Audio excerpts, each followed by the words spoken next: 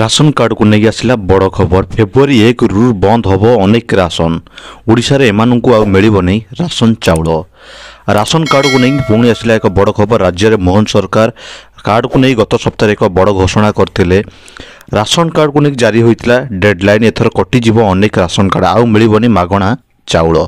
Ration card को नहीं deadline जारी कले खाद्य जोगाण मंत्री। डेडलाइन भितर जो मैंने KYC करनथिबे सेमानंक पई राशन कार्ड कटिजिवो। फेब्रुआरी 1 रु मिलिबोनी चाउल किंबा गहम। राशन कार्ड जो मैंने KYC करनांती सेमानंक कार्ड कटि दियाजिवो। गत सप्ताह खाद्य जोगाण मंत्री कृष्णचंद्र पात्र कहिथिले जनवरी 31 सुधा जो मैंने KYC न कले सेमानंक राशन कार्ड काटि दियाजिवो।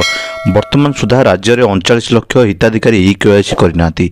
जदि सेमाने जनवरी 31 तारिख सुधा KYC न करती तेबे सेमाने आउ चाउल मध्य पाई परिबे नहीं। मंत्री कहिथिले बाहर राज्य रे थिबा जो लोकंकर KYC करा जायछि ऑफिसर माने निजे जाई सेमानंक KYC करूछंती। एही प्रक्रिया सरिया परे नुआ राशन कार्ड मध्य जोगाई दिया जिवो। तेबे बड़ कथा होउछि राज्य रे वर्तमान सुधा 39 लाख लोक राशन कार्ड रे KYC करिनाहांती। सेमाने जदि जनवरी 31 सुधा एही प्रक्रिया पूर्ण न करंती तेबे सेमानकु आउ अधिक समय दिया जिवो नाही। एहा मध्य मुख्यमंत्री एवं जोगाण मंत्री उभय निष्पत्ति नहीं 31 तारिख पूर्व समस्ते KYC करंतु एवं तापर अन्य अधिक सुजोग मिलिबो नहीं। जनवरी 31 तारिख पर आउ मिलिबो नहीं राशन चाउल एवं गहम रु वंचित हेबे अनेक हिताधिकारी। सेमानक ना सरकार लिस्ट रु काटि दिया जिवो।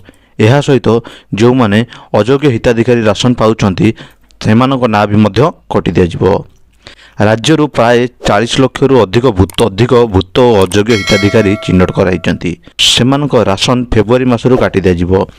सरकार एने पूर्व मध्य घोषणा करछंती। खाद्य जोगाण मंत्री कृष्णचंद्र पात्र मध्य ए बाबद रे अनेक आगुरु वक्तव्य देथिले।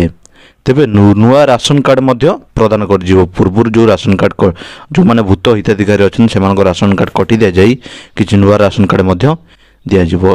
तेने यह नहीं कि राशन कार्ड एक बड़ घोषणा आछि। राज्य सरकार राशन कार्ड को नहीं एक बड़ घोषणा करछन्ते। जो माने राशन कार्ड रे KYC करिनांती सेमाने यथाशीघ्र जनवरी 31 तारिख पूर्व KYC करिनियंतु नहले अनेक योग्य हिताधिकारी मध्य राशन कार्ड कटि जिबार संभावना अछि।